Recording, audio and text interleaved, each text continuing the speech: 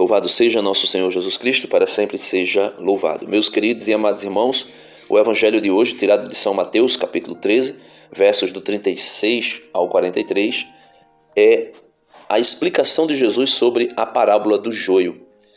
E aqui explica, essa parábola, para mim, deixa muito claro a crise que acontece dentro da igreja hoje e o porquê dessa crise dentro da igreja. Vamos ver o que Jesus vai nos dizer. Naquele tempo, Jesus deixou as multidões e foi para casa.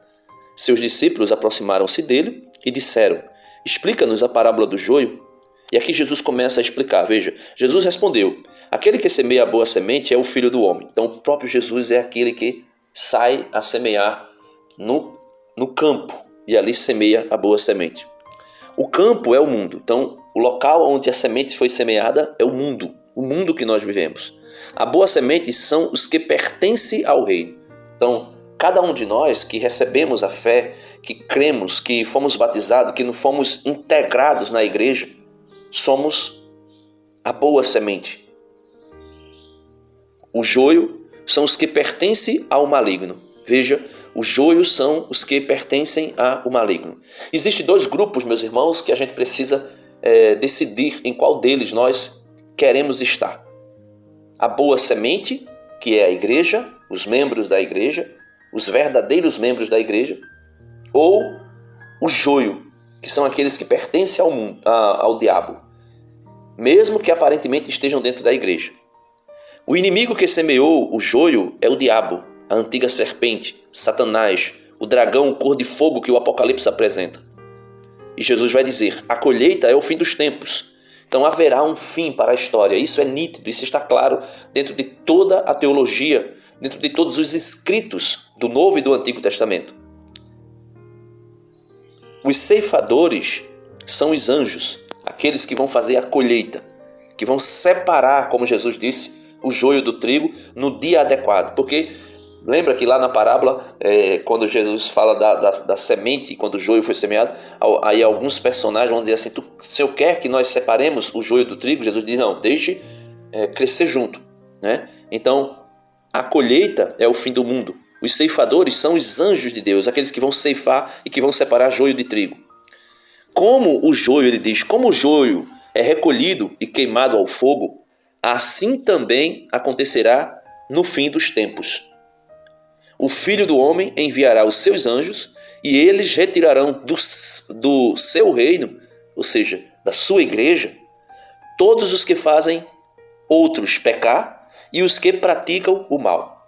Então todos nós, mesmo até aqueles que são batizados, mas que não se decidiram pelo reino de Deus, que vivem de maneira arbitrária, que vivem de maneira negligenciada, a vocação a qual foi chamado, e que ainda peca e leva outros a pecar, ou motiva outros a pecarem. Esses serão o joio, que será tirado do meio da igreja, que será tirado do meio do reino de Deus. Aí ele vai dizer: e depois os lançarão na fornalha de fogo, lançarão no inferno. Ali haverá choro e ranger de dentes. Então os justos brilharão como o sol no reino de seu Pai. Quem tiver ouvidos, ouçam.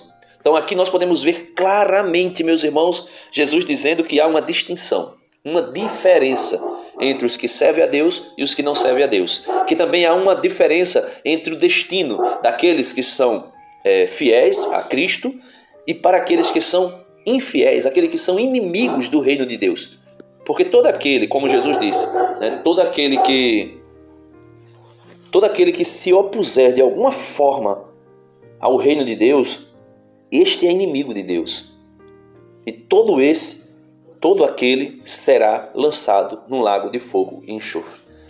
Então, concluindo a reflexão de hoje, meus irmãos, que nós possamos pedir a Deus a graça de verdadeiramente reconhecermos as nossas faltas, pedirmos perdão ao Senhor, nos reconciliarmos com Ele por meio do sacramento da confissão e fazermos parte da boa semente que brilhará no céu, no reino de Deus, como o sol brilha no céu, no esplendor do céu.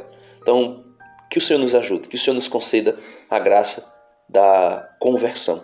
Amém.